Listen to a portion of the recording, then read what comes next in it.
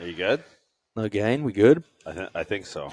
We didn't fuck up. No, and that was like the earliest issue we had in the podcast. Was we had like one of those blue Yeti mics. They kind of look like on the desk of the Johnny Carson show, and we just saw. And Jay and I literally had this conversation. We popped it up on top of a like a plyo box, a Rogue plyo box in the back of Sundown CrossFit, fucking 6-7 years ago now.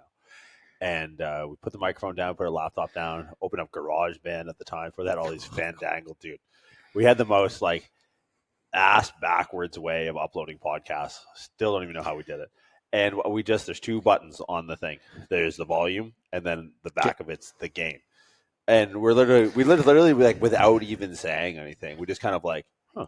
Of course, obviously, we turn up the gain. Yeah. So Kyle, hopefully this is a little bit better. 300 and something episodes in. And what an episode. I went all out. So some of you guys may or may not know that we are now hosting the episodes religiously and have been for a while on YouTube.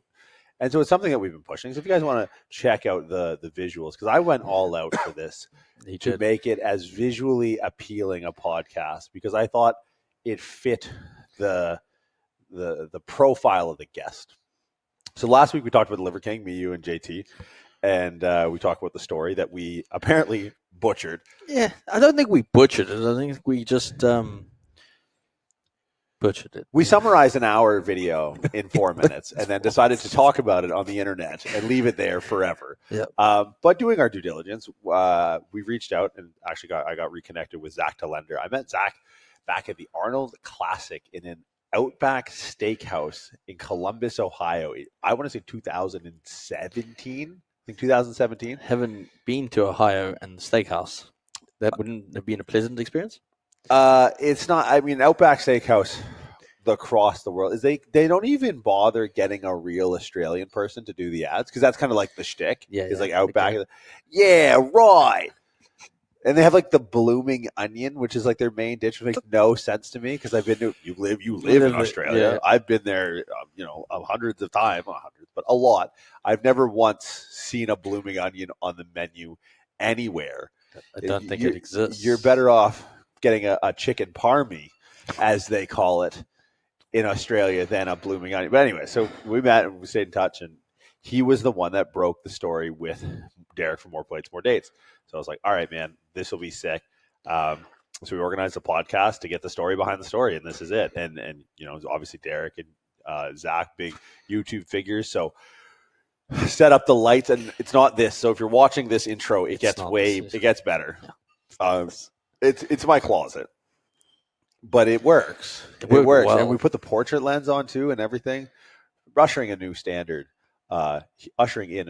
here at RX Radio. So yeah, it was super. I really like this because Zach had such a mindful perspective of the entire thing. Like he obviously broke the story and was given access to these emails from Derek, who was given access to the emails by someone who will remain anonymous, at least on this show. There's speculation going on the internet. So it was really interesting to see. Like, I almost think of him like Oppenheimer. So Oppenheimer is the guy that like made the atomic bomb. It was the biggest thing in fitness until people started posting those AI photos. I can't, dude. I mean, if you decide, because I still don't know. General consensus, are those paid for? People are paying for those? They're paid for. There's no way to not pay. There's not like a Walmart version of the app that's come out in the last couple of days. Where, as far as my understanding, again, the quick 4-minute Google search, I can't find anywhere. I did, however, see a couple of people start posting their dogs in AI version, and I'm down for that one. That's okay. Yeah. Other than that, can we just stop? Enough. To me, it's the digital. It's the pictorial representation of the horoscope. Oh, this is how you see yourself. This is how you see yourself. You're going to a place that's going to like give you fucking wings or some shit. It's like in your mind, you see this. Like when people are like, I'm such an Aquarius.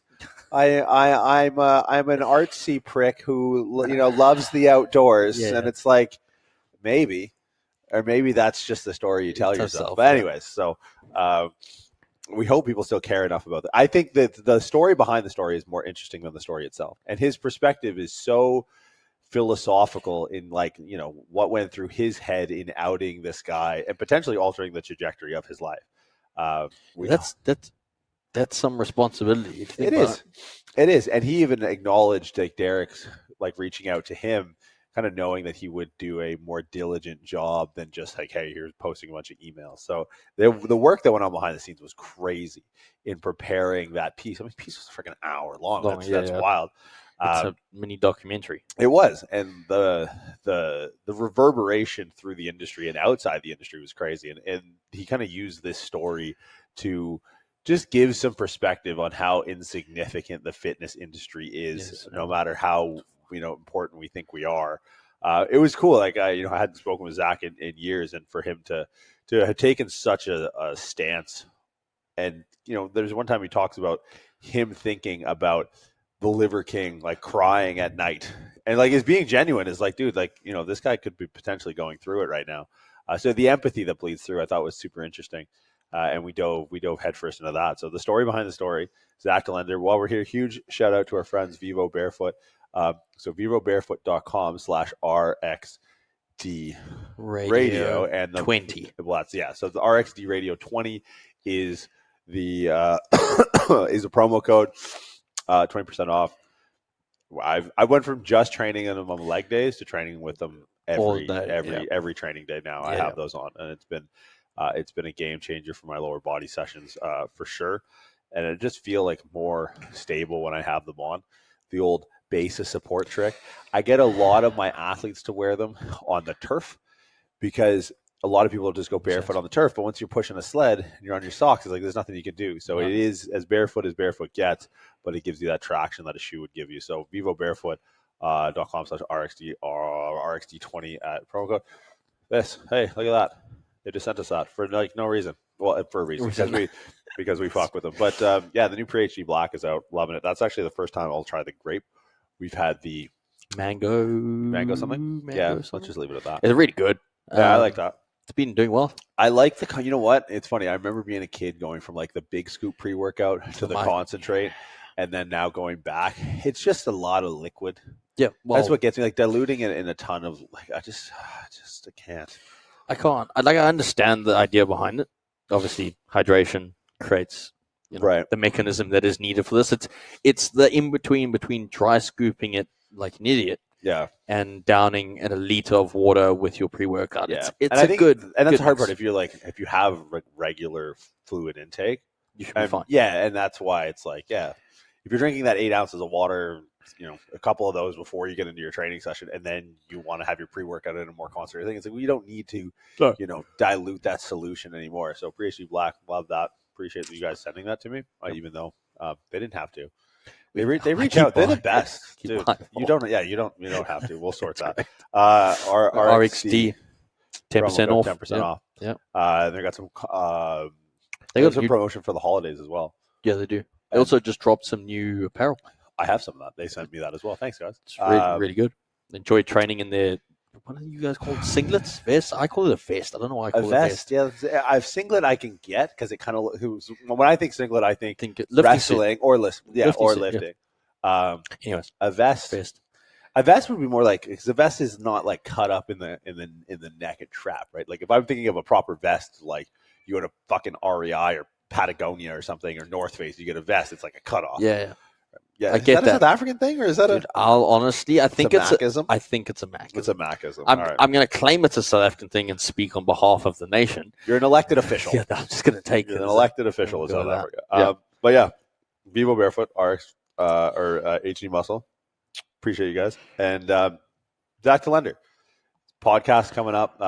He's revamping his podcast, and his old one was great. And if you hear the way he thinks and talks about an issue that could have been and probably is so transient and visceral and kind of like, oh wow, crazy, but the collateral was super interesting. Hope you guys enjoy. Lundy, hit it. You're tuned in to RX Radio. When did the interest on this story start to spike for you? Like, do you remember where you were when you first came across this cat on the internet? So I think it was just kind of a TikTok video that had gone to Instagram, and it was like the Liver King like carrying kettlebells out of the water, like, you know, Okay. like, and then you see like the abs that are just like really sticking out. And I didn't really listen to the message or anything. I just thought it was some dude doing some like gimmicky shit that was pretty impressive. That was it. And then like fast forward probably a few months later, and I saw more content of his, and he was starting to, you know, eat the raw animal organs and just blowing himself up in that instance. People were just always like, when someone's big like that, they're just, the comment section is just going to say you're using steroids, and that's fine. Like that's going to happen no matter what. When someone has a good physique, I actually don't even have an issue with that. The thing that started to get crazy was I don't think he had at this time denied steroid use yet, because he refused to go on a bunch of podcasts. I don't know if you remember this, but for a while he wouldn't go on any podcasts. And I had made a video. My first video on him was more about the ethical responsibility, the ethical dilemma of natty or not callouts. It's like, when we become so in tune with this natty or not type of thing, is this in itself paradoxical? Like, are we creating a scenario where we have this kind of call out culture? And so that was what I brought in. It wasn't necessarily anti Liver King. It was actually almost like pro Liver King in that instance, because there have been natty or nots on him because he'd blown up to this point. So I didn't want to come to it from that standpoint. Every time I see things like that, I want to dig a little deeper and think a little bit more philosophically. So that was the first time I ever made any content on it. Then from there, like, how do you evolve? Because it was so well done in the sense that it wasn't that. Like, there was the due diligence done. Like, this is probably the first time in recent memory anyways, where fitness, call out culture, natty or not, whatever, actually started to reflect like real journalism. Yeah. So then, to like fast forward a little bit, then Liver King does the rounds. He gets on every podcast under the sun and denies steroid use. And that is when Derek had approached me, and he's like, "You've made a video on this guy before. I watched it. I liked it. I like your style of video. I like your content.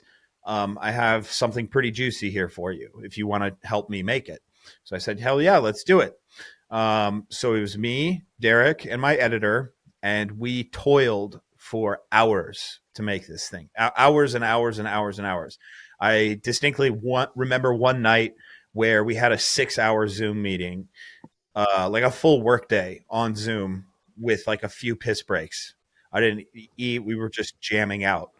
That's how hard we went. He let me know about this, and I did an outline like that night at like 1 a.m. I wrote the outline for the whole thing, and I pitched it to him, and he's like, "Hell yeah, let's do this." Like, I had timestamps, like at what point of the video we wanted to get each thing done, and each subsection, so each chapter, and how we were going to lay it out. And we ended up like going with that. Then I wrote my part completely. And then we took a little while because Derek, you know, he runs like 3 different businesses. And so we had to like take some time off, and I'm just creating content and going and sitting on this thing. Like, nobody knows, like no one knew this at all. It was 3 people that knew this information for, you know, a month or two. And so he's like, "All right, I'm going to sit down and I'm going to do this." And he comes back with like a fucking 6-page, 7-page script completely written out. Then he records his part. We end up putting out the first timeline. And at the first timeline that we put out, that's when we have the 6-hour meeting to try and parse what we're going to do with each subsection. We had to find each clip, every single podcast clip, every single thing was instrumental in making that thing work. Like, we had to sift through hours and hours and hours of podcasts, and like place them in each spot. So it was a long time, a lot of work. And the reason why we put that much work into it was not because like the reality is Derek could have easily said, guys, let's just read through some emails. Like he could have just pressed record and just read the emails and press record to end the video. And that would have been crazy, would have done crazy numbers.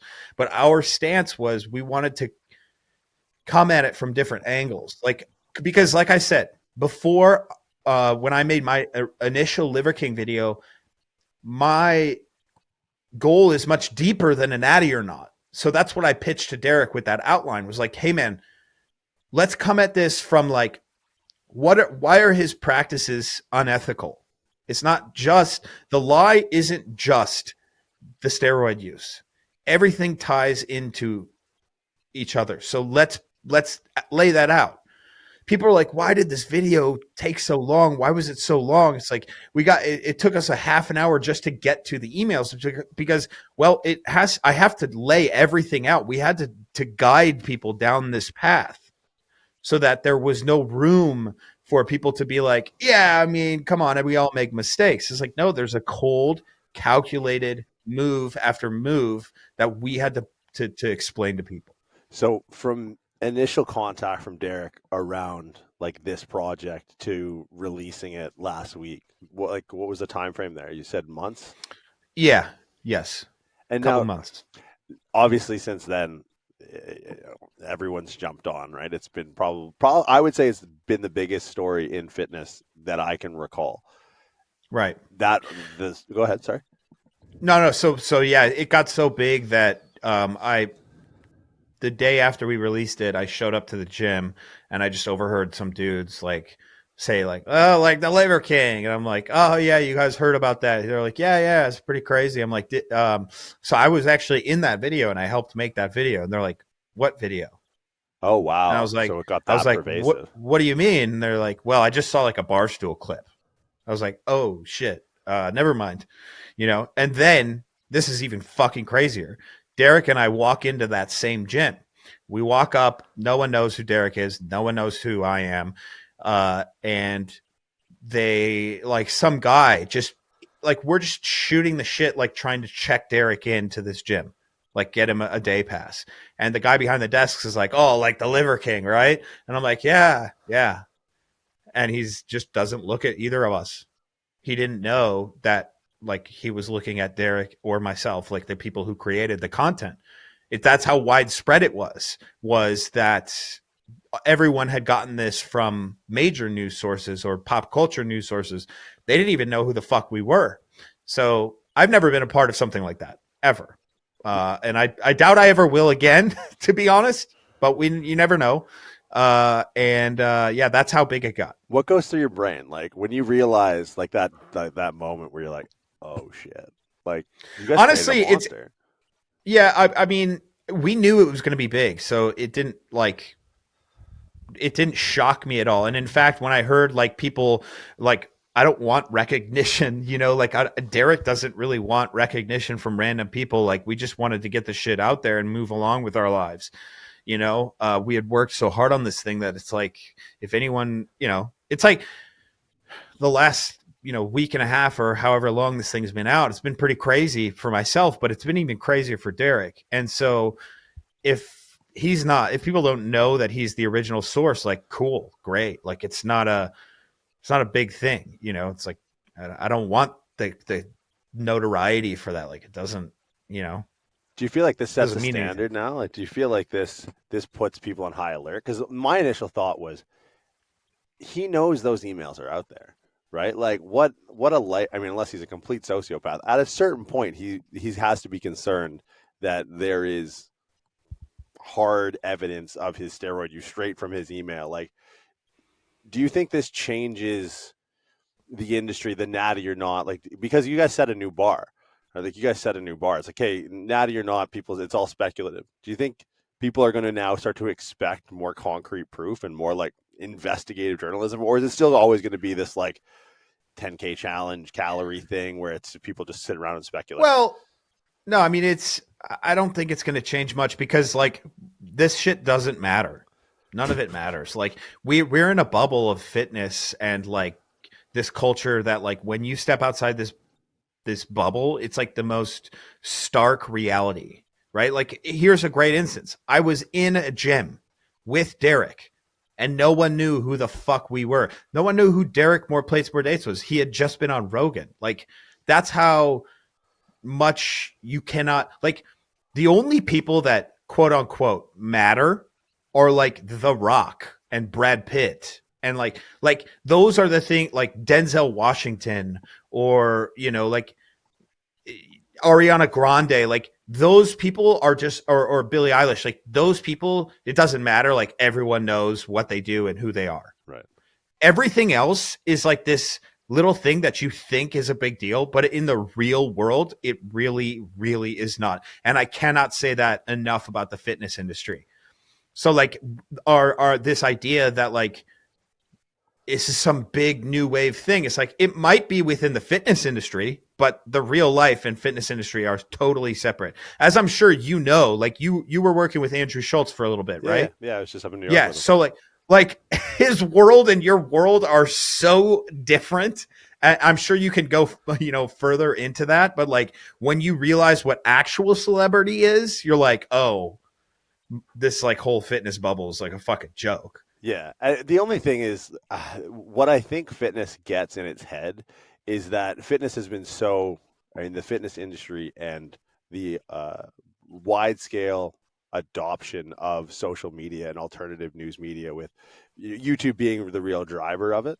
Like I knew this was going to be a problem but I knew this was getting out when Sauger and Jetty on Breaking Points was posting about it. I was like, this guy was a CNN correspondent in Washington, and he's taking the time out of his show between like Zelensky, Putin, Telander, More Plates, More Dates. And I was just like, but it still didn't matter, which is the crazy part. Well, I guess, okay, so I would say that this is an anomaly, right? So like, and it just got picked up and it's an anomaly, but like no, anything below the Liver King, like no one's going to care about, if that makes sense. Like so in order for someone to care about someone being exposed, it would have to be someone like The Rock or Chris Hemsworth. So in that essence, maybe yes, maybe you're correct. And this is not to say, like, I'm sure that just sounded very negative towards listeners. Like, oh, you guys like liking fitness doesn't matter. It's my life. Like, this is what I do for a living. It's what you do for a living. We talk about fitness. We are embedded in the fitness culture, but it's important to note that like not everybody knows about like Mike O'Hearn, right? Or the fake natties of today or whatever. So unless it's somebody as massive as Liver King. And I always bring up this one moment where I'm like, okay, this dude is like really coming into pop culture. There was a UFC event and like, it was a big card. I can't remember which one it was off the top of my head, but I remember it being big. And they were going around the crowd like, oh, look, Zac Efron is here. And like, blah, blah, blah, like Halle Berry is here. Oh, look, there's the Liver King. And he's like waving and like gives the thumbs up to the camera, right? That's such a big deal. Like that's a massive, massive deal. And I think that like can show people like how big this dude really was, how big his image really was.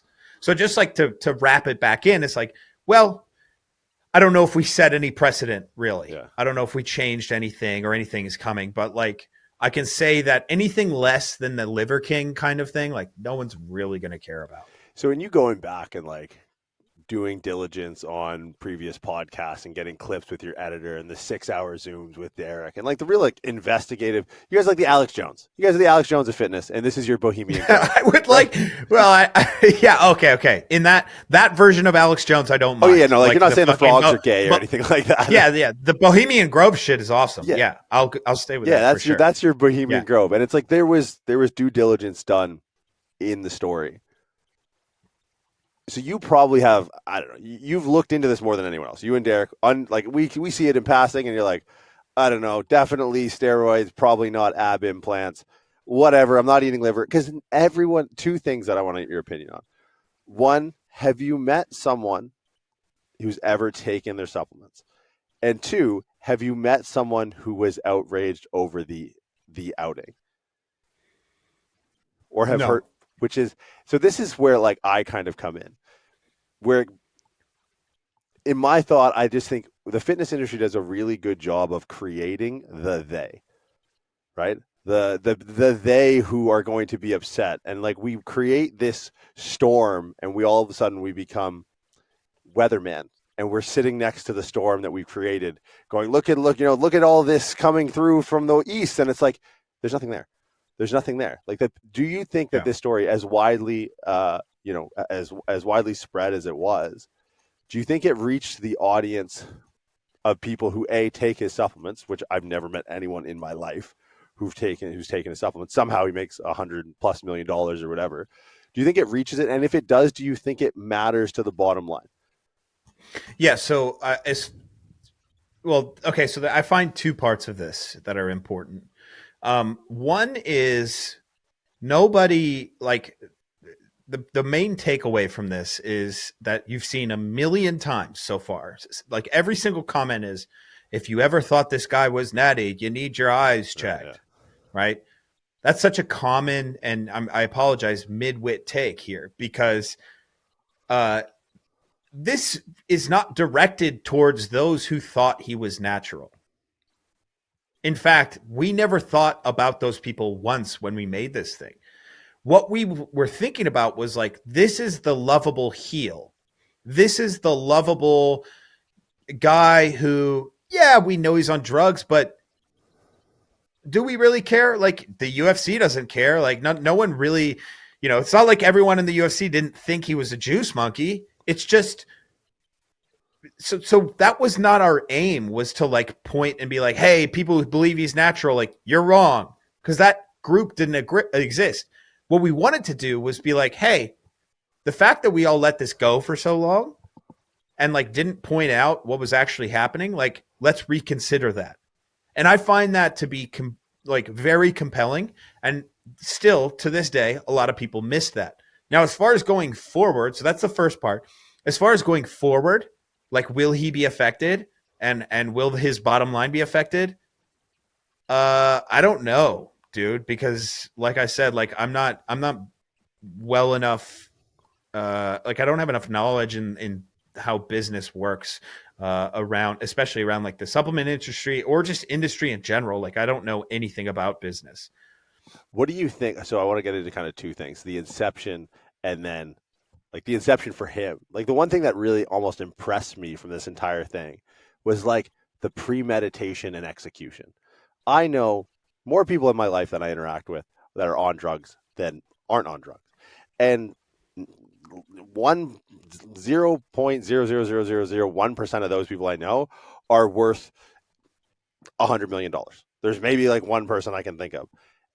The ability for him to like see that runway from so far out, and the premeditation, like the murder one of his execution of this whole plan. When you first stumbled across that part of the story, what were your initial thoughts? Were you like, I want to have 1 million followers by X. I'm hiring this team. I'm exhausting resources, and with the goal to build this brand. Did you have any initial takes on this, or by that time were you just so like not over it? No, that was the most compelling thing to me. People still kind of overlooked that. The main take was, if you thought he was natural, you're an idiot. And people like didn't like to think about the fact that this dude called his shot and he did it, which is incredibly impressive. But upon calling your shot, you know that it's a lie. Like, here is what I'm gonna do. I want to look amazing. From that point on, your mission, whatever you say your mission is, and your body are linked. You cannot separate the two of them. So one lie equals the other. At least that's my hypothesis on it. There was never a point where we were aware of the Liver King message without his body being attached to it, without the lie being attached to it. That's why it was so important. Like, it's not just about the natty or notness. It's about the fact that even his message is a lie. because they're both interlinked.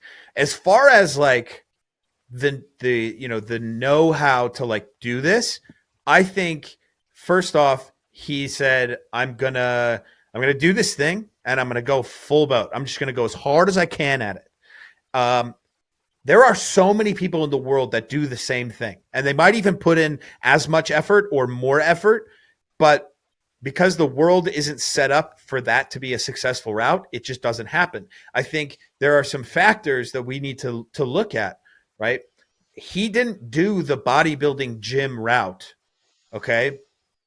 He had some novelty in there with mixed in that made him individual. Nobody was doing what he was doing. And if they were, we never saw it. So nobody was doing functional fitness or CrossFit style fitness with that body on top of eating raw meat and like with that level of cinematography around his videos, right? You take any of those things away and you might be able to find one of those people out there. But the consistency with those three factors are what led to his success. Do you feel at any given point he thought the shoe was going to drop? Like, put yourself in this situation. You guys are hovering over the published. I think likely, I think like if I was in that position, I would likely think like, well, I've made it this far. Like I can only hope. And, that's basically it. Like part of me like doesn't fault him really. This sounds crazy. Like even though I'm the person that made it, like he made a decision. It was the wrong decision, and he felt that he couldn't go back on it. Yeah. Right? I mean, that's a flaw. That's a human flaw. He fucked up, and then he started stacking lies and lies and lies, and that's where it got to him. It ended up getting to him in the end. And honest to God, if he had delivered a more eloquent apology that was truly himself, like I would feel remorse. There's no one that could tell me not to. Really? That's just the type of human I am. Absolutely. I even feel it like, because I think about what this guy thinks deeply behind the camera, like currently, like I think about the dude crying or, trying to like get through this. Like, and I know that that's happening. Do you ever, and in that instance, do you consider that you're imparting your empathy on him? What do you mean? You can only see the world through your eyes, and even in attempting to look through his, like, no one's coming for the money. Yeah, no, I don't. I'm not trying to be like a white knight here. I'm just like, look at how empathetic I am. I'm just that type of emotional guy. Like I really am. And I think my concern, if I was him, I wouldn't give two fucking shits about the money at all. I don't care. I don't like, how could you look at that and be like, oh, my money's gone? Like that's on top of the shame, the guilt, and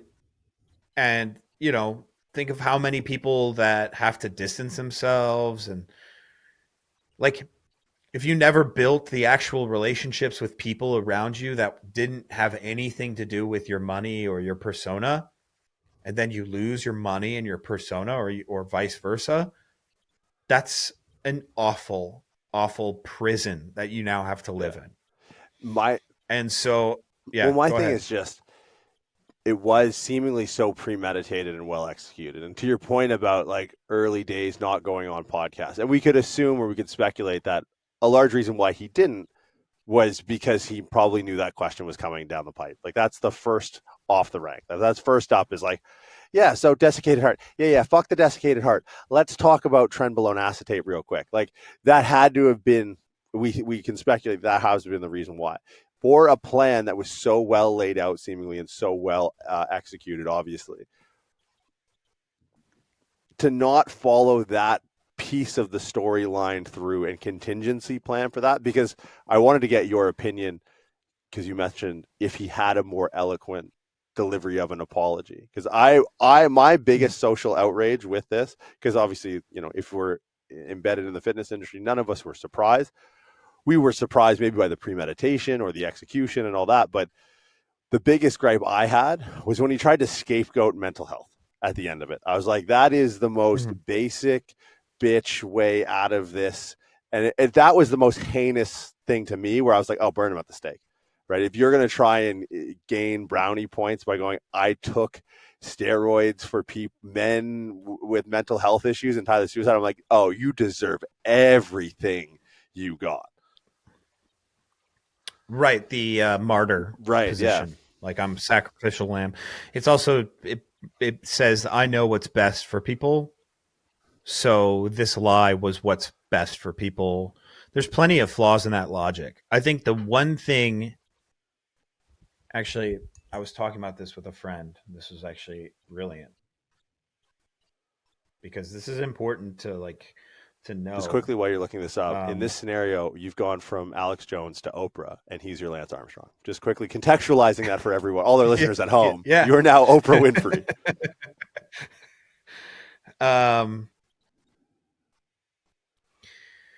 Yeah. So basically, talking about your intention rather than talking about the impact. So my intention was this message. I fucked up, but know that my intention was good. You should say, no, I fucked up, and here's what happens because I fucked up. And this is what I'm going to do to right this wrong. It's really the only thing you can do in an apology. And when people start talking about their intentions, the thing is, there could be a chance that he actually has these intentions to help depressed, suicidal men. Whether or not we agree with that, it doesn't matter. This is what he believes. The problem is, no one will perceive what you perceive, and no one's going to believe in what you perceive. Now, at this point, you've lost that. So you can't talk about it. You can't talk about your intentions and why they were good, because regardless of whether that is true in your mind, nobody will know that it is true completely. So what I wanted to see out of him was like a real human man, not a character, no script, right? Maybe you practice, because you have to be in front of a camera. It's not real interaction, me to you, right? You practice, you dial in your actual feelings and try not to fuck up the words that you want to use, because this connection from our brain to how people understand us, this stupid little thing called mouth, can fuck up. Practice that, and then get in front of the camera and press record. Like, instead, he had to lay out some sort of poorly written thing to now where we can argue against his logical fallacies, like the one you brought up. It's a blatant logical fallacy. It's silly. Like, nobody who understands philosophy, nobody that understands rhetoric would be able to pass any sort of class with that letter. Like, a teacher would have been like, are you kidding me? It's a fucking mistake right here. I could argue against it immediately off the top of my head. Like, that's the shit that let your feelings take over. Let you take over, because it's undeniable at that point. It's the only thing I could hope that I would ever do if I was caught in that position. And I hope the same would go for you. I was really banking on, it's so weird what popped into my head when I heard he was coming out with an apology. Do you remember the movie Dodgeball? Do you remember the character? Yeah, I love that movie. Steve the Pirate. And yes. When Steve gets kind of like roasted for like, yo, you're not a pirate, like get the fuck out of here, and everyone's all sad, and they walk by him later and they just totally and he's just lost the whole facade, and he's just sitting there and he's just Steve. Yes. And then they need him back in the game and arr, and he goes back into that character. I was hoping, honestly, the apology, because until he doesn't, he needs to apologize as Brian Johnson, right? He doesn't need to. 100%. So that was it. He was 100%. He just stayed in character, and that's why I think the dissonance. Because when we talk on this and we chat, you're the same Telander that we shared a strip sirloin at some fucking Outback Steakhouse in Columbus, Ohio, 4 or 5 years ago. This is the same interaction we would have had. But the character, Yes. I think, creates the insulation. If there is something to insulate or protect, the fact that the apology was the Liver King apology and not the Brian Johnson apology. I don't know who, his media team or any his handlers are, but they suck. They're horrible. Joe Rogan was like, I'm never going to have that guy on my podcast. And like, that's kind of well known. He's like outwardly said that. And he was at a UFC event, and this guy tried walking up to him, and Joe Rogan's security stopped him, and he said, "I'm the producer for Liver King." And Joe Rogan said, "What the fuck do you even produce? What are you talking about? The producer for Liver King?" Like that. And I think that in essence that's what this whole thing is about. Like to have the dissonance to think that Joe Rogan is somebody that you can just approach with this, like, hey, I'm important enough. This is a totally media thing. Like, let me on your show. When in every step of the way, his show is the opposite. How many times, like, he smokes weed with fucking Elon Musk, bro. It's not a show that you just like go on like Oprah or Ellen DeGeneres. So he doesn't want a fucking character on his show, or else he'll emaciate you in front of all of your fans. He'll destroy you. Like if Liver King shows up and gives him that spiel with his fucking shirt off, Joe Rogan would have a field day with him. Like, hey man, cut the shit. Like, I'm here to chat. I do this for fun, bro. It's my job, but 3 hours of this is so I can speak to people, not just like this performative bullshit. And so like in essence, like that you're absolutely right. The word you use, the dissonance, the cognitive dissonance is absolutely palpable. And I think that's genuinely like the thing that we wanted to portray and show to people. But I think at the end of the day, people don't really care because they have taxes that they have to worry about. They have a wife and kids at home or whatever. They have bills to pay. Like for real. They look at the internet, it's as if it's not real because it isn't real to them.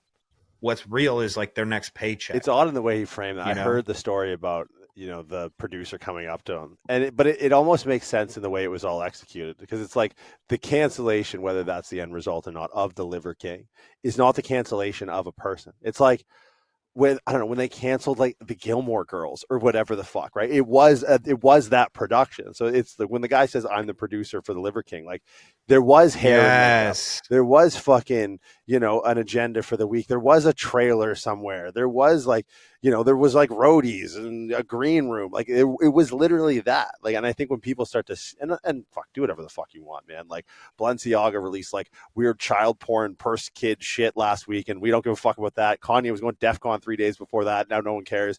Liver King, this will go up on Wednesday. I hope someone still cares by Wednesday. It's just like, the turnover rate and the frequency and the pitch of this type of media is so high right now that, how can you stay invested in this pursuit of like, oh fuck, like what is it today? Jesus Christ. But I think to them it's like it is like a network television show. Yeah. Yes, 100%. And the best, the survivors are the ones that can just move and move and move. And that's what he did. Look, at a certain point, like he's not really culpable. Like, I know that sounds fucking crazy, but this is the system that we set up that allows you to be successful. What does it say about our world that he can be the bastion of success in this entire industry? We reward that. We reward that behavior. In essence, can you really blame someone for taking advantage of that? Well, I don't know. I don't think I would be able to. I certainly wouldn't be able to mitigate the shame, right, and to just say I did it all for the money. I don't think I would be able to. I find that like I always try to put myself in the shoes of like a UFC fighter. And when there's like the shit talk, like I'm going to beat his ass type of thing. It's like, for me, in my mind, there's absolutely nothing that I could benefit from talking shit before a fight happens. So like, I get it. Sell tickets, all of that. But I got to be like, look, I trained really hard. It's going to be a great matchup. I know where his weaknesses are, but he likely knows where he thinks mine are. Like, we're just going to see what happens. Yeah. That's me promoting the fight. They would fucking hate me. The UFC would fucking hate me because, like, I see no benefit outside of monetary to be like, I'm going to fuck him up, like all this shit talking. You know, it's like that's kind of the same idea that Liver King would have, right? Is like, here's this system that allows me to be just like the most monetarily set, and it's wrong. It's blatantly wrong. It's a fucking lie. And I'm just going to use it. It's almost like Donald Trump when they're like, on the Chappelle stand-up on SNL, he talks about like the Trump-Hillary thing. And they're like, yeah, you're corrupt. Yeah. And he's like, yeah, but, you know, yeah, it is corrupt. The whole thing is rigged because I use it. And guess what? So do your friends, and you're not going to change it. You use the word culpability, and I think it's super interesting because I think there was a corroboration of the lie that I can't get around by people who should have known better, right? Or at the very least say nothing, right? I think of, and Rogan talked about this on the podcast with Derek. It was like Mark and Chris Bell, and I'm friends with Mark, I'm friends with Chris, but it's like they're not the only ones to have corroborated in the lie and who like went along with it. Where, you know, and there is something to be said to be like face to face with someone and they go, no, like I am clean, like off the air stuff, right? But at the same time, it's I hate zero fault systems. Like I was at the airport yesterday, I was at JFK, and I'm flying back, and I'm not going to lose my shit at the lady at the Delta counter because she doesn't have fucking health insurance. But I'm 3 hours late and it's midnight. But it's a system of zero responsibility, right? Like obviously the Liver King could be held somewhat or should be, and the only person held liable. But there is a system built around this lie that allowed it to propagate for so long. Outside of him, is there any blame to be given to the rest of the industry, the people went wrong? Or is it like just a symptom? Is this just a symptom of the society we live in? And it's nothing necessarily, that place would have been filled by somebody else. Yeah, I think it's the latter for sure. I mean, look, if you're really good friends with someone, let's say like you and I, we fucking hang out, train together every day. And I'm fucking look insane. Sub 10% body fat, 6'4", 250, 260 pounds. Okay. The likelihood that some dude whose genetics stem from Denmark and Sweden, just like white as can be 6'4" with 260 pounds and like sub 10% is incredibly low. You start to get suspicious. You see the granularness of my skin, the striations. And you say like, okay, like what are you taking? And I look you in the eyes and I say, no, I'm not taking anything, dude. I swear to God. First off, you likely wouldn't be friends with me because what else am I lying about? Right. But just say that for some reason you liked who I was. You didn't make that decision to be like, I'm not going to be friends with this guy because he lies about this. You like who I was. Like this is gray. And this is what I'm thinking about Paul Saladino and the Liver King, right? That's the main relationship that we're kind of looking at. And is it your job then to cut me out like a man should, to out me or to just ignore me? Like, is it your job to now do that? And that's the thing. It's like, maybe it is. And some people who are listening to this be like, yes, you have to do that. You have to live like that. The problem is we don't live like that. The problem is we have girlfriends that we don't like and we don't break up with them, or we're too scared to, or we cheat on them. Like this is what the human condition is all about. So in essence, it's not that we're doing zero responsibility or zero fault. We're creating this zero fault system. Like, yeah, in an ideal world, everyone would have ownership over everything and they would not be friends with people like the Liver King. The problem is people have too much depth to be on this binary where we just say you're in or you're out. People like to keep a little bit in and a little bit out, you know? So I empathize with Paul Saladino. I empathize with Mark for sure. You know, Mark asked him straight up on air, you never touched this stuff. What have you never touched? Steroids. You never touched steroids. He said it 3 times. The guy said, no. is it then Mark's responsibility to be like, hey, this guy's full of shit? Maybe it is. But it's a weird world and we then you're live in. empathetic to Mark because he's like, oh man, I got another podcast at 3:00. And I gotta we gotta film something. So and so's in town. Yeah. Blender's in town. We gotta go back into. Ed Cohen's here. Stan's calling me, and I gotta pick up fucking toilet paper on the way home. Right? Absolutely. I know Mark now. Like I know him very, very well now. We're very good friends, and I know that's how his life is. Absolutely. Jeez. So, yeah, and in a minor way, my life is kind of like that. Your life is kind of like that. Like we got to move on, dude. We got to go do our lives. That's part of being human too. It's like, oh, Liver King thing. Like, let me hold on. Oh, that's pretty crazy. Share with a few friends. Like, oh shit, I gotta pay my bill real quick. It's out of my fucking brain. The real shit still happens to us, at least for now. At least we're not locked into the fucking internet yet. Well, you know what I'm saying? Like laying back with our eyes peeled open. With these avatar pictures on Instagram right now. It's only a matter of time that we're all just going to be the fucking superhero version of ourselves of whatever those fucking pictures are. Look, I think the scary thing is the internet is, if it's like divorce rates, right? We're tipping towards a scale where it's more divorce happens in successful relationships. How much of the scale says that the internet is more important than real life? Getting there. Right? So who you are on the internet is actually more than who you are in real life. So people are fucking scared to lose that. Yeah. They're scared. I would like to think that if this all goes to shit, if YouTube collapses, that I just say, fuck it. I have people I love. I can just hunker down. It would suck.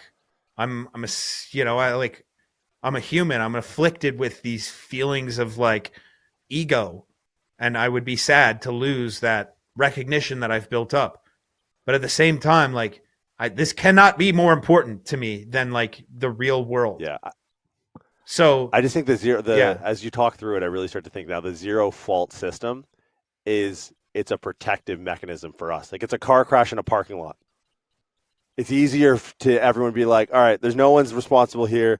Exchange info, figure it out yourself, and anyone who saw it, just go get your groceries or whatever the fuck. You know what I mean? Because if it was everyone's sitting there like the Seinfeld parking spot episode where Kramer tries to go nose in and the guy tries to reverse in and it's nothing gets done because they're just sitting there all day, all night, forever. It's well, then the real world shit would probably collapse. So I would rather take, and this is as we talk through this, it's not a place I thought I would rather take a system of zero fault, like a parking lot crash. And so it's all right, whatever, because it doesn't matter. Because the day that it's not that, and we start standing trial for this stuff, it's this is all fake. At least it should be. And when it's not, find me at the top of the all hell breaks loose building, and I'm going to go high degree of difficulty, triple pike right down to the top of a fucking El Dorado. I'm out the game. Yeah, my buddy says just climb up on your roof and do a gainer and stop halfway. Yeah, and that's what it'll come down to. I mean, the depth of thought I think is really refreshing in a story like this that's so transient and so flashy. In your mind, what if in this process, this 2+ month process of getting this story, digging into the depths of it, organizing the scripts, going through all the back content, really processing it in a concentrated manner that likely no one else has to this point. What was the big takeaway from you, philosophically from this? How does this changed your approach to things, change the way you look at things, or is this just reinforce things or ways of thinking that you already had? I think it definitely reinforces things. I found a lot of success in, I get angry, I get emotional, and I want to respond right away and say and just get on the mic and just start being outraged. And there's a ton of success in that. In fact, there's more success in that than having some sort of balance and nuance. And what I then go and do is I go look inward and I say, why did that make me mad? Why did that make me upset? And then I have to reverse engineer my entire emotional track. And when I do that, I find some things, not just about myself, but about the world. And I can kind of then parse through the engineering of these things that make me upset and make typical humans upset. That is what ultimately always affects me and helps me. So, for instance, when I see somebody online say something that's very absolute and it's kind of non-scientific, or it bastardizes something, and I'm just like, God, you're fucking wrong. Fuck this guy. What's his motive? Like, I don't know this guy. I'm mad. Instead, I take a minute, I look back, and I try to find out exactly what this person is doing. What tools are they using? What words are they saying? What is it that makes this bad and repeatable? It's like scalable, repeatable. So the charlatans, and that's a term that I brought up a lot, they have something that is repeatable. And what I've coined it is like the charlatan playbook. And when we can discover this charlatan playbook, we now have like a medical directory of what happens, this thing that happens. It's like diagnosis for me is like the most relieving thing. You go to the doctor to know what's wrong. Not even really to fix it. Just to know what's going on so that you can tell, oh, at least I know that there's something wrong, or at least I know that there's nothing wrong. In fact, people would rather know that there's something wrong than for a doctor to be like, you're all right. Yeah. You know? Because at least then they switch all the way to knowing. And I think for myself, giving this diagnosis of the thing that makes me upset is very good for me. And if I can share that with people, great. Yeah. And that's what I try to do. Kierkegaard. It's the anxiety is the dizziness of freedom. It's like not knowing where the bottom is. And I think that's where a lot of the empathy must stem from. Like, if you think about him going through this, it's like those emails out there are the bottom, and he just doesn't know when he's going to free fall into and hit it. So I wonder if it doesn't bring some sort of, in some part of his brain, and like I could go deep into the philosophical speculation of this whole thing. Yeah. Relief. At some point, like the lie is over. That's the first thing I thought. Wow. First thing I thought. I was like, wow, like this guy must feel fucking amazing. Seriously. If his day-to-day life doesn't change, it was going to come out at some point. I mean, in his case, and like the case of his. I mean, imagine somebody who's murdered people finally getting caught. Just being like, fuck, thank God. You know? They would never utter that. Because there's a chance they could have gotten away with it. But did forever. they get away with it? But like now philosophically, they've been paying. They've been dying the death of 1,000 razors, right? And the last one's 100%. finally cut. 100%. Fuck, I don't got to go through that again. Yeah, it's interesting, and like for me, it was at the very least a reference check, like a calibration tool of metacognition, where it's like every now and then, like I fly a lot, and every now and then you get caught in a security line where they take this thing that looks like a heroin brick that's like taped up with a bunch of TSA tape, and they put it through just to calibrate the scanners, and you got to wait there, and you're like, fuck, like, God, man, I'm on like the 715, and you wait because they put it through, but they recalibrate the scanners. Like when I saw the story, I was like, oh, okay, like this is an insane level of dissonance that when you have some ounce of self-awareness, you look at that and be like, all right, where's my bullshit? Where's even the smallest? You're like picking up the couch cushions. Like, I got any bullshit under here? They're like, you start thinking about my inbox. Yeah, I'm like, do I need to delete anything? Like, do I need to go back and out myself? Do I need to Slim Shady myself real quick? Exactly. It's a tough thing, but look, I'm sure. Like ready to. I hope this is the last conversation you have to have. But it's an interesting one because we could dive into deeper philosophy, and that's what I'm really interested in. It's like, and I hope you've been able to express that through your podcast, is like just real world things. Like you're not just talking about training, you're trying to, use training as a metaphor, because ultimately, like, this is why I think physical culture, and that's what I try to call it now. I don't try to call it fitness. I call it physical culture, because in that instance, it's like the actual movement through space that our bodies do, and how that affects our mind and everything around us, like that cannot be discounted in any scenario ever, is the actual physical being of this person, whether it's politics, whether it's religion, whether it's philosophy. So in essence, it can be tied together. And so that's why I think it's still okay to be a physical channel talking about your health and whatever. But I also believe that that's why Joe Rogan has made it to where he has. How often does this guy talk about training? So often. Pretty much every fucking episode he talks about training. And this is the most important show on earth. That is not subjective. That is objective fact. And a lot of it is about training. So what we do is still important.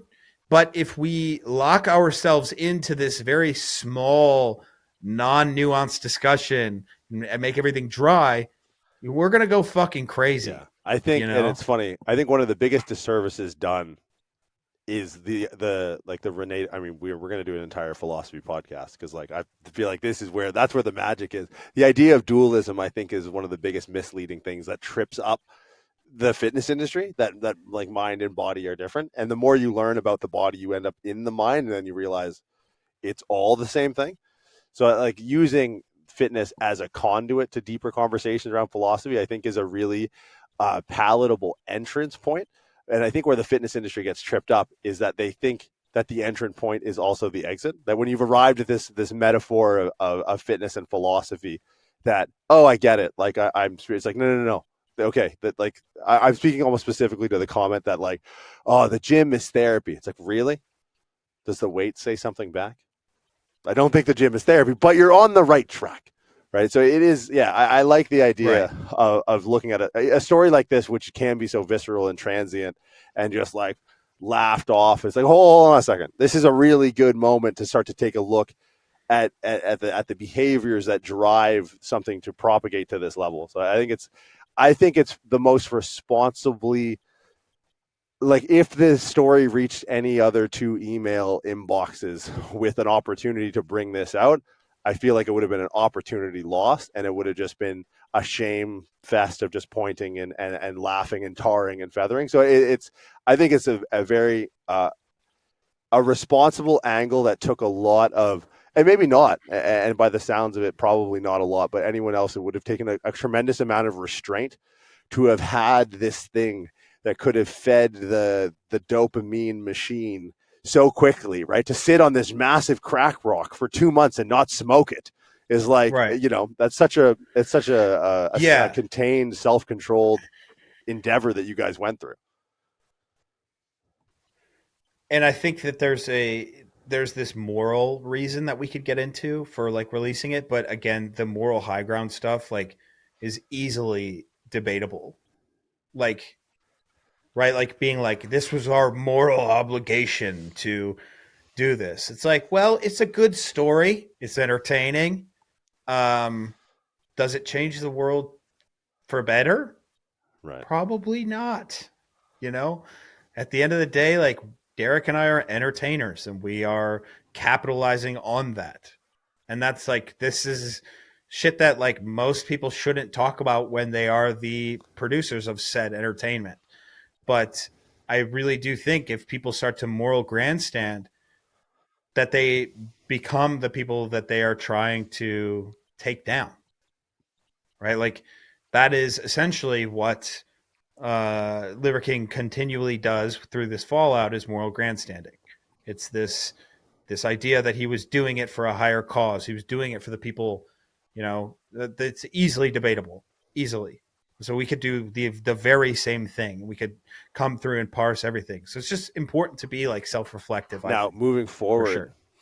Have you found it, like, you know, obviously your YouTube channel, you know, reemergence of your podcast, have you personally found it difficult to kind of get back into the groove of generating content? Obviously, like, dealing with, I don't want to say backlash, but just conversations like this since the story sort of broke. Do you look at your next project, video, podcast as like, like in a relative sense. Like the last thing I did was the biggest thing ever, and the next is like, I know, yeah, I knew you were going this way. Yeah, that is definitely. I just talked about this literally with my friend. I'm like, in a certain part of me, it just wants everything to go back to the way it was. The problem is I now know what this feels like, this dopamine rush, and I'm going to be upset when I don't get it again, like a little whiny bitch.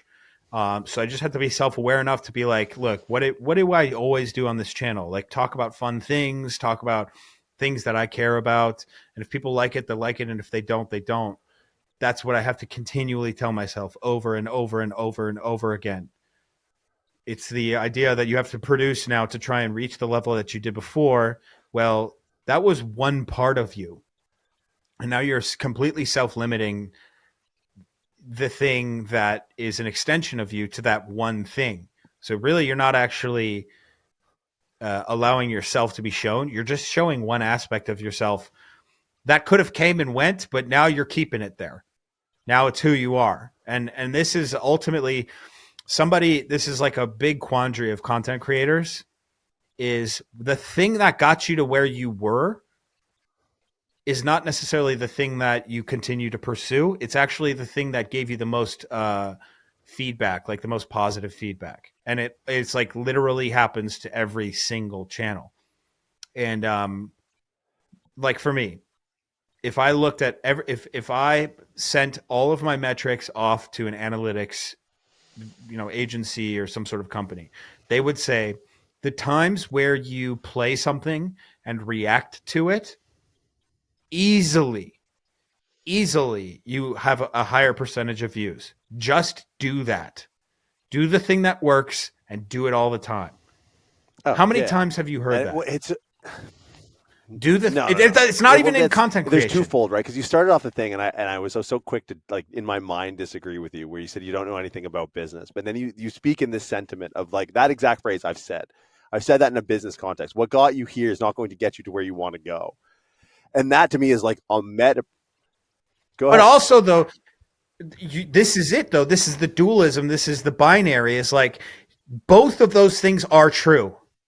Do the thing that works, but also do something but it's different. Almost like it's the thing that works is the thing that you're passionate about, because it's the sustainability is the meta principle that works.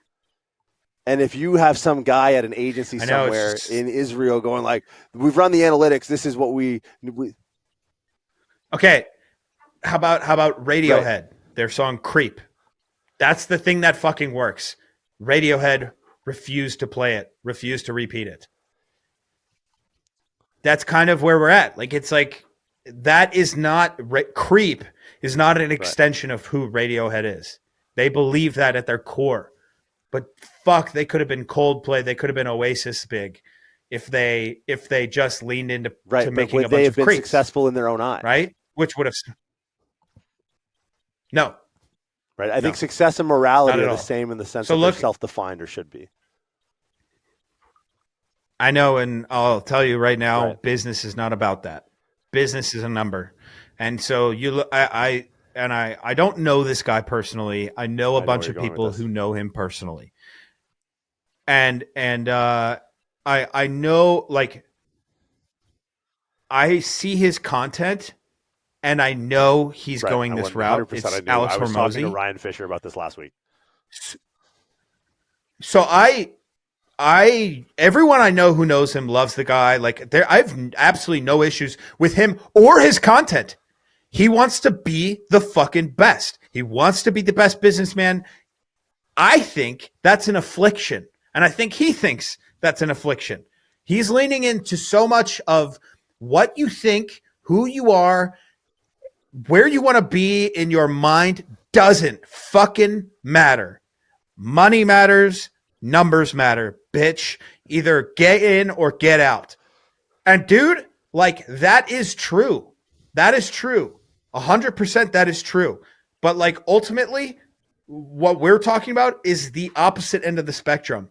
Like, hearing what he said about having kids, hearing what he said about comparing himself to Kendall Jenner and how big of a fucking piece of shit he is for not equaling that, and his just like not body dysmorphia, but work dysmorphia. Like, you know, the amount of money he has is dog shit. But then, you know, and look, like, people can call that toxic all they want, but if he's fucking winning, he's fucking winning. And this is kind of the mindset that ties back into Liver King, right? We can look, and I don't want to compare Alex if you to heard that, go Liver King else. in that way. Like, yes, like that's not contextually true. I'm saying, like, we look at Liver King like he is fucking winning, and he's a businessman, and he's making it, and he's getting shit done. And he said he wanted to do this thing, and he did that thing. So many people will look at that and be like, yeah, that's the fucking truth, bro. That's one of the biggest takes. And the thing is like, well, if that's the route you want to go down, that's it. If you can get through it, if you can be happy, if you can be mentally stable, do it. But it is ultimately like, this is the same shit that fucking Socrates and Plato were talking about. Like the exact same shit. It is absolutely a reflection of the human condition. Yeah, I mean, absolutely. I think it's more about relative strata. Have you ever done like the research around the wine? Like wine connoisseurs can't tell the difference between wine at a certain price to a certain price, and then between $75 and like $600, it's all tastes the same. And then once you're at like 700 plus, it's like, oh, okay, you can start to pick it apart. I feel like, and that's the thing, context is lost so often because the media that gets pushed is too quick to digest and give context to, right? That's why I really like the emergence of mediums like this. But in the sense of, you know, the Hormozy thing, where he's probably at that point, at a tipping point where it's like, hey, the wine tastes a little bit different between $600 and above. And we're sitting there trying to tell the difference between fucking Pennzoil and a bottle of Merlot from fucking Safeway. It's like and I think seeing things and through their relative eyes, because it does seem like a play. And I've known people who talk to him, and it's like, yeah, that's his Sisyphean rock he pushes up the hill. And when he looks left and right, it's like, right, there's no one there, but the next summit is like, I don't know, Grant Cardone, or like, then the next summit after that is Peter Thiel or Charlie Munger, who he talks about all the time. It's like, I would sound like an idiot if I started talking about Charlie Munger, because that would literally be me standing in fucking Nantucket talking about K2, right? Like, well, hold on a second here, Sailor. Like, you're going to need a few summits before we get there, right? So it's hard because I feel like he's almost, in a sense, like, I love the transparency, and I see it contextually. It's like, okay, I just need to take this horizon of accomplishment and compress the essence and relate it to my life. I saw something somewhere that said $100 million to $900 million as far as lifestyle goes and influence goes is hardly any difference. And it's a big fucking delta that in our minds is 100 to 900. But I think the prior one before that is 30 million to 100 million. And then the one after that is 100 to 900. And then they said, once you hit $1 billion, there's like so many different things that open up. And that really has to do more with power, like real power. Like if you're a billionaire, your access to politicians and like real power in this world is immutable. It is something that is absolutely tangible. Before that point, no, you could be a benefactor, right, but you're not power. You don't have that power. And I think that stepping stone is like, holy shit, that's the real Illuminati shit. And I think ultimately, like, that's probably where he wants to be. Yeah, I mean, like, I've heard him say on numerous accounts that the $1 billion evaluation is the next summit, like, is what he's driving for. And I think can explain the behavior. And I don't want to dig too much on Hormozy, but like, it explains the behavior and increase in pitch, frequency, and tone of his social media. It's like the best way to become a billionaire in this day and age at his level is, you know, look at points of leverage, right? We can leverage people, we can leverage money, we can leverage media, we can leverage technology, right? Those are our major points of leverage.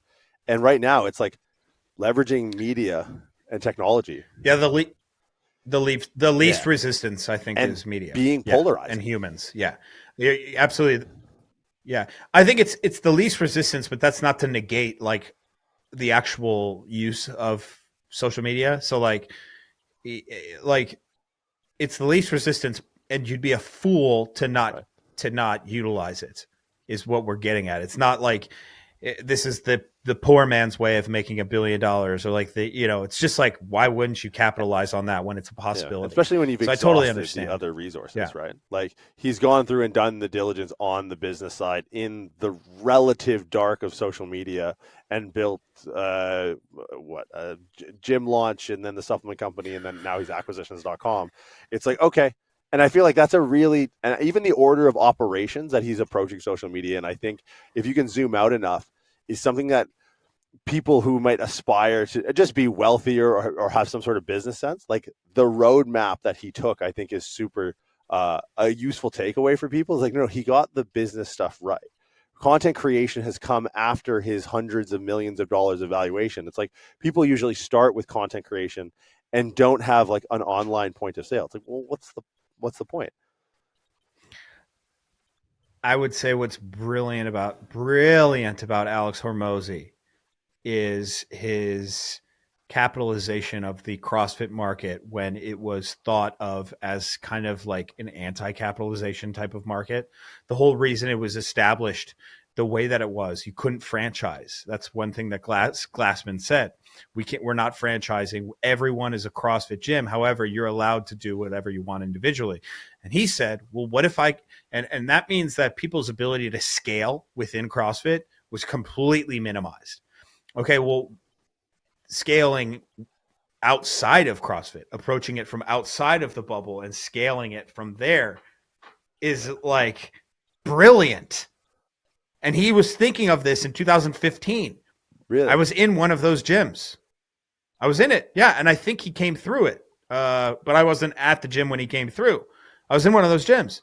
And it was like, we're doing this 6-week plan thing, and we're going to try to expand our membership. And we're also going to try and capitalize on the membership that we have with further sales, right? Like he gave people a business model where there was a massive boom. That's what a fucking businessman does. Where is there a missing value that people are getting? And how can I provide a service so that they can gain this value? And CrossFit was the easiest one. And no one else thought about it except for the motherfucker. So when I saw him and I saw those initial Google ads that he had put out, I think Instagram ads were just becoming a thing. I'm not entirely sure yet. When I saw that shit, I was like, this guy's a like low level nobody, and maybe in his mind, he thought that. I was like, this guy, he's just like, it's just kind of a weird thing. But now viewing it, it's like that guy's a fucking genius because he immediately saw this hole. No one else saw it. No one else capitalized on it. It was crazy.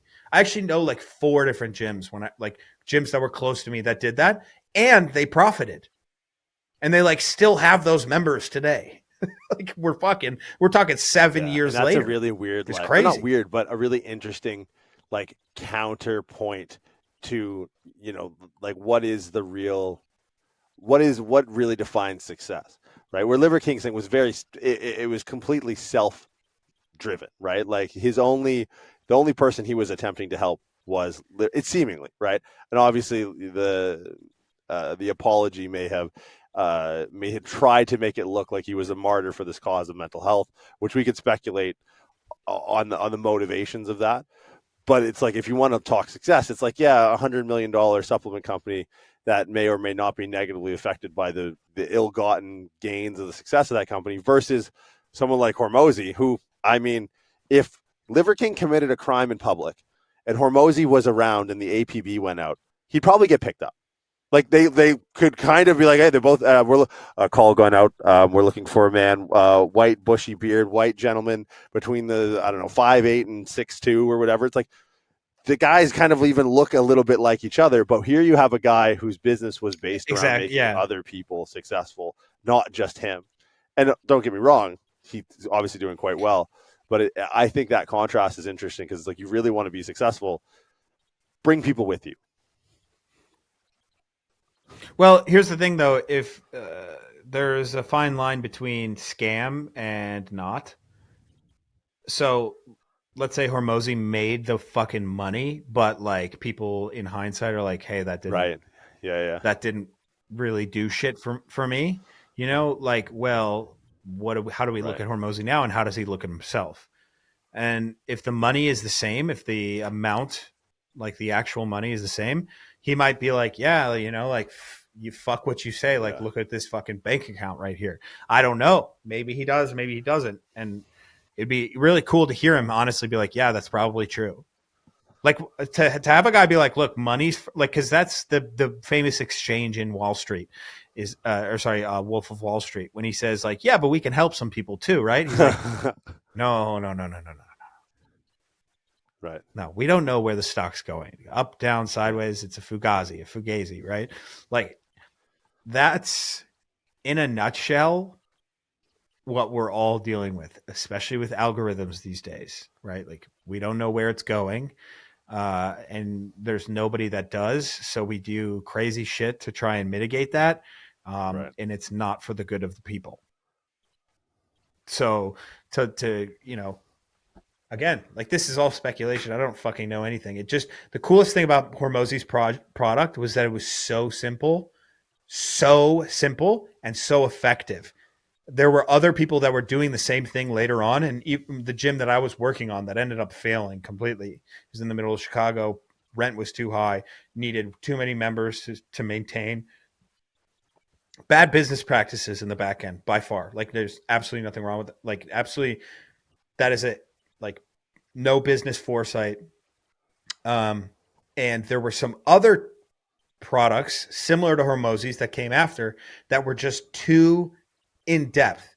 They wanted you to do too much, right? They wanted you to like create tribes, and then within your tribe you get reward systems, and people get a personal training session once a month and all this shit. Hormozy was like 6-week challenge, sign up, Right?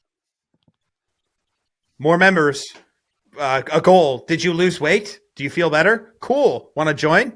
They're like, fuck yeah, I want to join. That's it. That was the fucking business model. And it worked. Nobody in CrossFit was doing that. So it's like, that's how smart that dude was. He got the best benefit for everyone. He had the simplest product and it worked.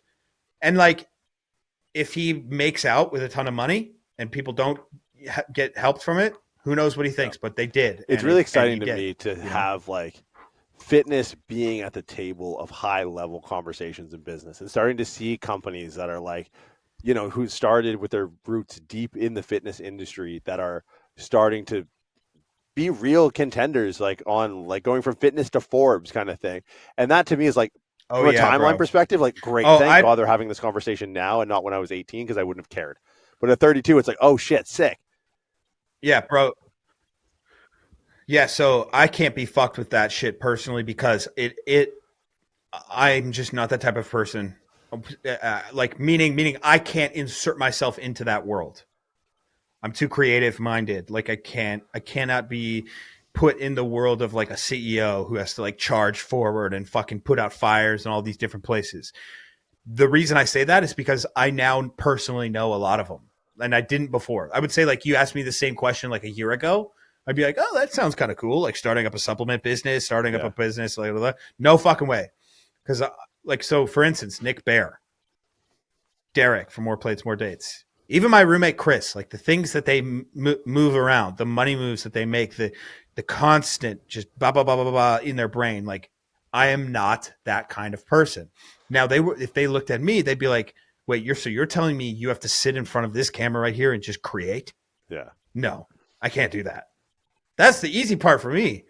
I get to shit in my head, just boom, boom, boom, boom. Oh, I can talk about that. I can talk about this. I can talk about that. And then I just press record and it works.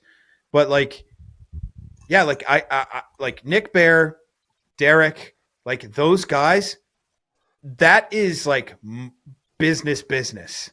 Like their whole thing, their whole world is business minded. It's not like a bunch of fitness bros who are now doing fitness or doing business and they're like, yeah, I guess we can do things. They're trying to fucking scale like a business. They're trying to make serious moves like you said, fitness to Forbes. Like, this is no joke now. And maybe early in the 90s and early 2000s when dudes were like making their pre-workout at home, slapping a label on it, and then sending it out, like that's what we think of fitness bros. Now it's like the Nick Bears. But even in that and contrast Derek's. between like the fitness to Forbes crowd of guys who are like, gaining this exposure through social media platforms and leveraging that exposure to make companies and set up like, which will be generational wealth. The thing you still highlighted was like the sustainability of it all, right? You take someone who's like more business oriented and is looking at Search Console and Google Analytics and in the back end of their Shopify store and buying like heat trackers to look at how people navigate their websites. And it's just, I fall asleep every week. I have a meeting with one of my business partners and I go through it. And like after an hour, I'm like, he's like, are you paying attention? I'm like, nope. And it's just, I can't, like, it's just not sustainable for me. Yeah. But you ask them to go, hey man, you want to go talk to this guy who broke the Liver King story? But it's the sustainability, right? Like, I think if we all lean in on that. Yeah. Well, that's actually one thing that Derek did say at dinner the other day is like his partner who does the operations stuff. Like, he's like, if I didn't have that, like this would not exist. None of this would exist. So he has a partner who does operations, like literally deals with employees, like payroll, shit like that. That like hearing those words like is like fucking knives. So you'll remain the one-man band. You know what I'm saying? Like buzzword. Yeah. Well, the buzzwords like payroll and like just, I don't know, weird business terms like you said, fucking Shopify. And that's not even a weird business term. That's a fucking way to get your distributed margins. But you know what I mean, right? Churn rate. Yeah. Ugh, so you're going to stay. Bro. Yeah. ROAS. That's a big ROI, Return bro. on ad spend. Return on ad spend. Yeah. What's big. ROAS? Write that down. Ooh, that's a triple word nice. So yeah. I'll write that down. So did you ever see that did you ever see Tim and Eric? Did you ever watch Tim and Eric? So it's a great, really funny show. And it's one of the characters on it is actually Zach Galifianakis. And he's like he's a over the top drama teacher. And he walks on stage to like teach these kids. And he just kicks a fern down. And then he goes, write that down. And he kicks another one down, and then he goes, write that down too. So you'll think one-man band forever. No, I mean, I'll have a business partner, but I just can't attack. Like if he wants to do that or she wants to do that, like fine. But genuinely, I don't care that much. I just want enough money to be comfortable and enough money to like have fun and continue to grow. So obviously, if you want to continue to grow, you have to continue to make more money, right? Like, especially if you're going to put money back into your business. So the natural course of things, like, probably going to have to get some sort of business sense going, right? If I really think about it, but no, I has that thought I'll been need more some pervasive help in the last couple of weeks? I just don't have that. Shit. All right, here it goes. 100%. I've been approached by people who want to scale what I do. And it's definitely something that I've considered. Again, when you start to scale, you lose the magic, and you just never want to do that. It's like, it's fucking the tale as old as time. People who can make a good album and then make another good album, it's insane to me. Yeah. Like, I don't even understand how that's possible this day and age. Like I think Nirvana did a really good job with that. I think not enough people think that In Utero was good, which is their album following up Nevermind, I believe. I could be off on that, but that's a fucking great album. But look at where Coldplay's at right now. Like, I think their music fucking stinks. And if you look back on their actual sophomore album, which is a Cold Rush of Blood to the Head or something, a Rush of Blood to the Head. Like, that album is actually, this is the thing. When I was younger, I was like, super fuck lame when you were a Coldplay. kid. I'll never listen to that. That album is 5 straight bangers of a song. To now hear what they're doing now, you're like, what the fuck, bro? And mind you, they're making way more money now. They're topping charts at a way higher rate. They did a song with a fucking K-pop artist like that I've never heard of. It's like, fuck that, But at the same time, somebody said to them at some point, hey, do you guys want to scale? Do you want to get bigger? it's like, fuck. Yeah. You know, of course you want to get bigger. If I said, Jordan, do you want to get to a million Instagram followers? You'd be like, yeah, it sounds nice, right? Well, you're probably going to have to take a position on like the COVID vaccine and like, you know, lean into some shit a little bit here. It's like, oh, you got to fucking like, you have to become a character in essence, or become something that you don't want to be. Did you and that's anticipate ultimately the thing that we have to worry about. I don't want to say existential crisis, but did you anticipate with this story, like, were you bracing yourself like, hey, these conversations might be coming down the pipe after this drops? Or is this kind of like, oh, no?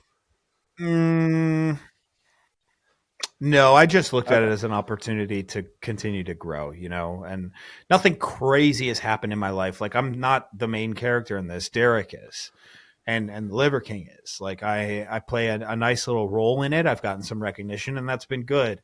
I also had access to Derek because he's now someone who I would consider a friend.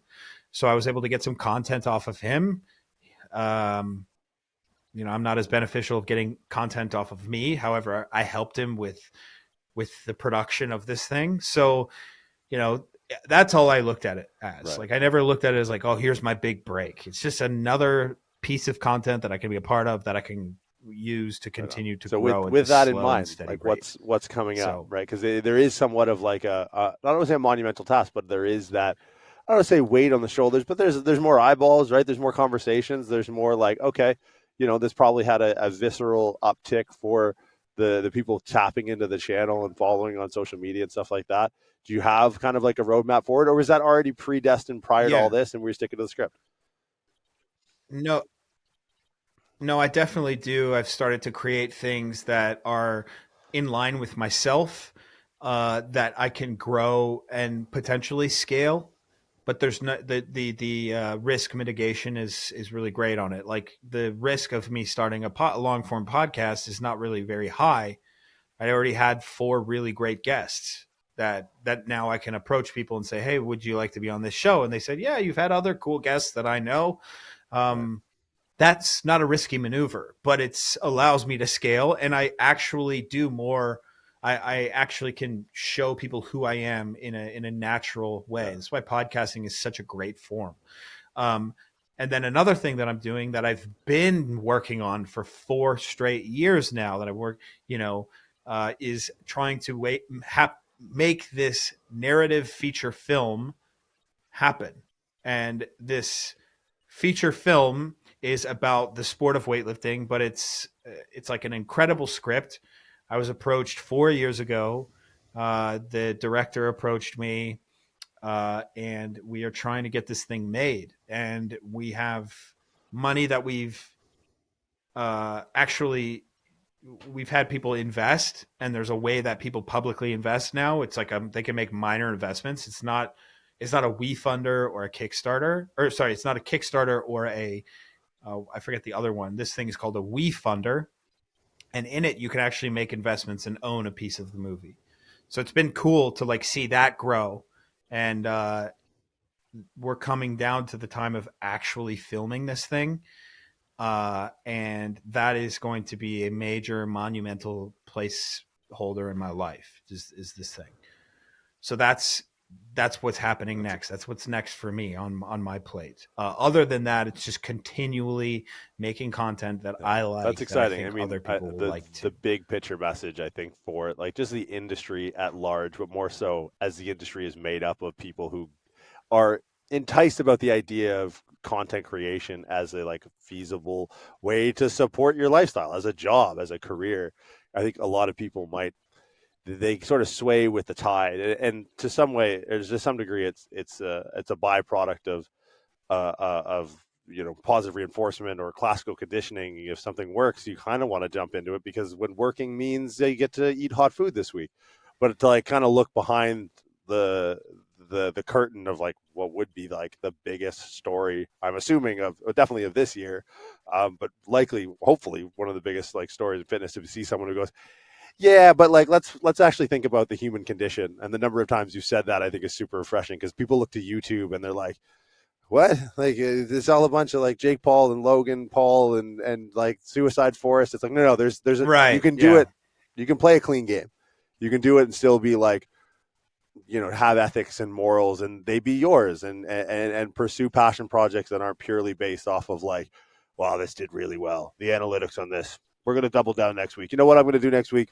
I'm going to do 11,000 calorie challenge. Like it's really cool to see like someone who can do it above board, which has been for that to be the conversation had out of a story so appealing, so satisfying. Like everyone was just had a little like no. Like everyone jumped in, loved it. Yes, so tabloid good. drama. But if the takeaway from that is like, hey, piece of everything in it. Yeah, maybe think about what you actually enjoy doing and do that rather than just like being a victim to the machine and a symptom of the machine. So it's cool, man. I really appreciate you taking the time to come share a little bit of the backstory. Hopefully this draws more people kind of into your circle and what you have going on. Looking forward to the the podcast reemergence and everything else you got coming down the pipe. Yeah, man, I appreciate it. These discussions are very easy for me to have. So someone as well informed and as well spoken as you. Well, we'll have to do a follow up fitness philosophy thing, because you were talking my language there for a little bit.